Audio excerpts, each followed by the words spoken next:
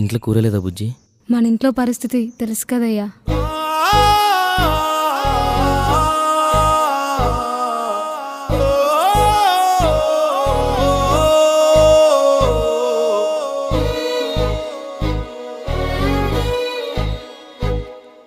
రైతు రైతు రైతో పాడుగాను నీ రాతో, మెతుకు మెతుకుపై నీ పేరున్న వెతుకులాట నీ బతుకో, చివరకు చేరుతుంది ఏ చితికో.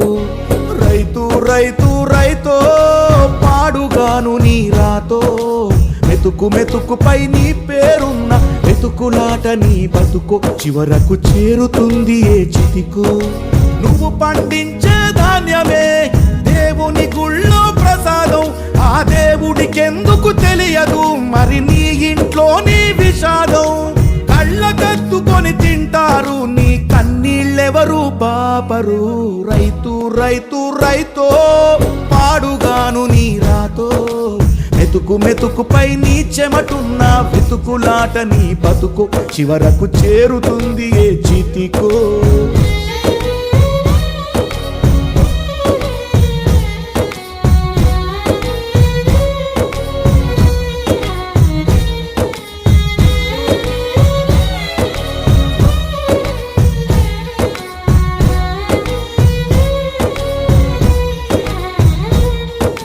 లక్షలు పెట్టి బంగారం కొని బలాదూరుగా ఎవరున్నా, నువ్వు పండించే ధాన్యమే లేకుంటే అందరూ శూన్యమే.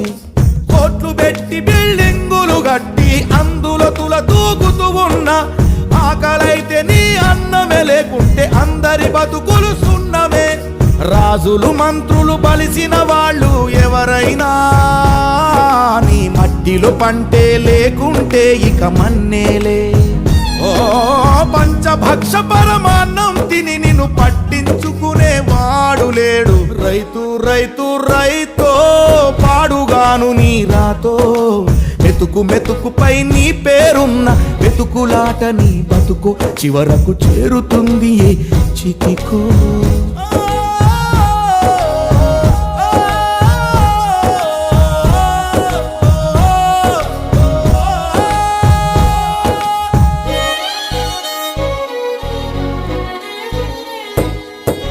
విత్తనాలు కల్తీ చేసి నీ రక్తాన్ని పంచుకుంటారు, దిగుబడి రాక రేటే లేదని రోడ్డు మీద నెడతారు.